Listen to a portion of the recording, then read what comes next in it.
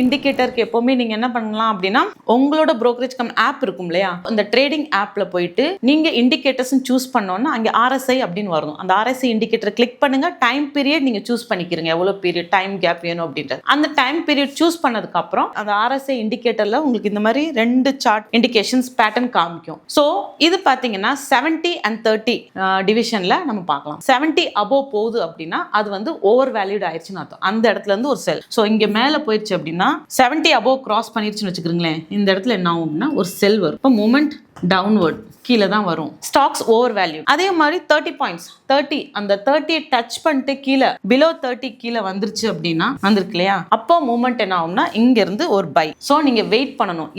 இது வந்து உங்களுக்கான அந்த மூமெண்ட். ஆக்சுவலா வந்து ஸ்டாக்கோட மூமெண்ட் இங்க போயிட்டு இருக்கும். கீழே வந்து இண்டிகேட்டர் RSI கிளிக் பண்ணும்போது உங்களுக்கு அந்த சார்ட் பேட்டர்னும் அங்கே காமிக்கும். ஸோ அதுல 70 above கிராஸ் பண்ணுச்சு அப்படின்னா அங்கிருந்து ஒரு செல் ஆர்டர், 30 பிலோனா ஒரு பை ஆர்டர் அப்படின்றது வச்சுக்கணும்.